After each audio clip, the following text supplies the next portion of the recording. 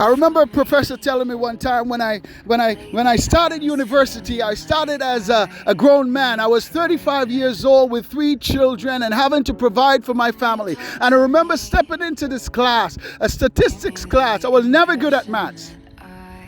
I was so bad at maths that I couldn't even pay attention. But guess what?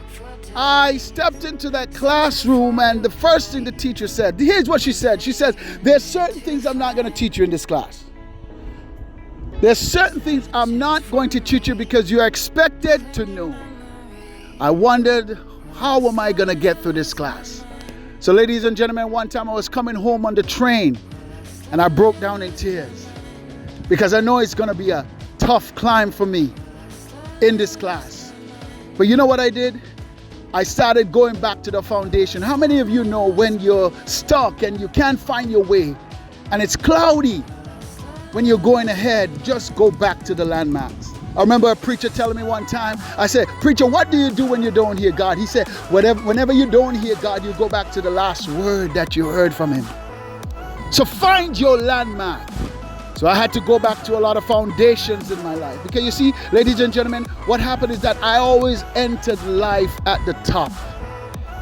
And sometimes it looks glamorous and it looks easy, but it's tough entering at the top. I remember one time I got a job and they hired me to be, I think, a sales manager, and it was such a learning curve for me, and I had to learn from the staff that I had to manage, and it was really, really a challenge because I entered at the top. I didn't have any foundation. Same way as university, entered at the top. But the thing about it is that you got to know what your gift is. And you got to know how to maximize your gift and maximize your potential. So what I did, I found out what I was gifted at, and I worked that gift. I planted that gift, and I sowed that gift, and I gave that gift away. Because you see, ladies and gentlemen, my gift might not be all that much ability or aptitude, but the attitude is what I have. So I've stepped into rooms, I've stepped into spaces whereby I was audacious enough to ask for the job. I'm the kind of guy who would jump first and build my wings on the way down. I'm telling you, life is short. We're on a time clock every day. 24 hours each of us are given in one day. Whatever you do with that time will determine your life. One day we're not going to be here on this planet. We are only here for such a short time. Just a drop in the bucket. The Bible promises us 70. That's 70 years. But you cannot control the length of your life, but what you can do is control the height, the width, and the depth of your life. Ladies and gentlemen, I want to tell you, live so significant that they will remember you. Live so significant. One time I read a quote, it says that sometimes you don't find out the importance or the significance of something unless it becomes a memory. What will be your memory? What will be the memory that people have of you? I remember reading one time in the Bible of a king called Hezekiah, and he was about to die. God told him, get your house in order. And King Hezekiah, he knew that he had some unfinished business to do. So he prayed and he cried out to God. He said, give me 15 more years. What did he do? Yes, he maximized those 15 more years. He started building systems and the aqueducts, he says, so for the water to come into the city. What would you leave behind? How many of you know that your work will remain after you're gone?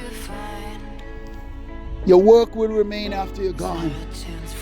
I want to encourage you, don't just build buildings. I know a man, a well-known businessman, all he did, he built buildings. He never shared that success with anyone. He never mentored anyone. He never reached back and helped anyone to climb. And today his buildings stand tall but empty. No one is in those buildings. Because they say, ladies and gentlemen, if you want to live a year, plant wheat. But if you want to live 1,000 years, plant trees. But if you want to live forever, plant people. Mentor somebody. Leave your legacy in people. So I just want to encourage you, continue to climb. Continue to reach back and help that person behind of you. It's not easy getting up. Oh, it's not easy getting up. Some of us, we get knocked down, but I want to let you know, if you get knocked down, make sure you land on your back, because if you can look up, you can get up. Because it's all according to where your eyes are. So I want to say God bless you and continue to take life on. It is a challenge, but continue to climb. Don't die at the feet of the mountain. If you don't reach the top, die with dirt in your fingernails. This is James Brown. God bless you.